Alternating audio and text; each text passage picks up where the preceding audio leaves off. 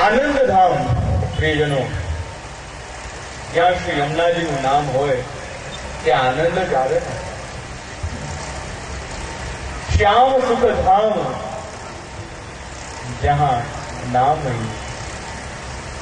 શ્રી યમુનાજીનું નામ પડી જાય ને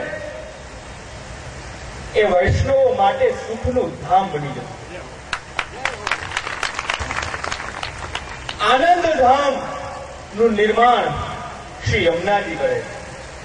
એટલા માટે જ શ્રી હરિરાય મહાપ્રભુ આજ્ઞા કરે છે કે શ્યામ સુખ ધામ જહાં નામ નહીં. નામ લેવા માત્રથી આપણા હૃદયમાં આનંદ આનંદ આનંદ આનંદ વ્યાપી જાય એવા મારા શ્રી યમુનાજી છે. શ્યામ સુખ ધામ જહાં નામ નહીં. શ્રી યમુનાજીનું નામ લેવું ખરેખર દુર્લભ છે. તમે બધા ભાગ્યશાળી વૈષ્ણવો છો પ્રિયજનો કે આ રાસોત્સવની અંદર શ્રી યમુનાજીની કૃપાથી આ અલૌકિક લાભ લઈ રહ્યા છો.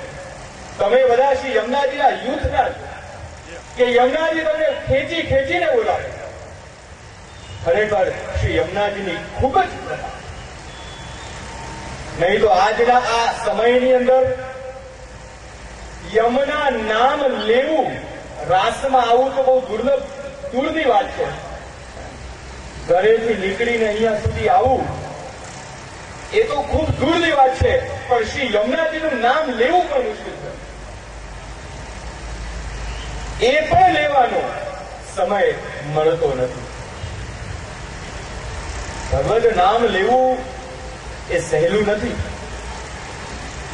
આપણે એમ તો વિચારીએ કે ભગવત નામ તો બહુ સરળતાથી લેવાઈ જાય, પણ ભગવદીઓ કહે છે આપણા દયારામભાઈ કે જે પણ બહાલ વધુ વ્રજપતિને આવે તે મુખ શ્રી વલ્લભ નામ કહે. પ્રભુનું નામ, શ્રી યમુનાજીનું નામ, શ્રી વલ્લભનું નામ એમને મુખમાં નથી આવતું.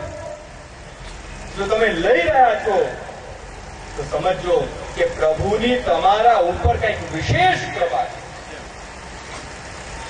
આ કૃપાની વરસાદ છે.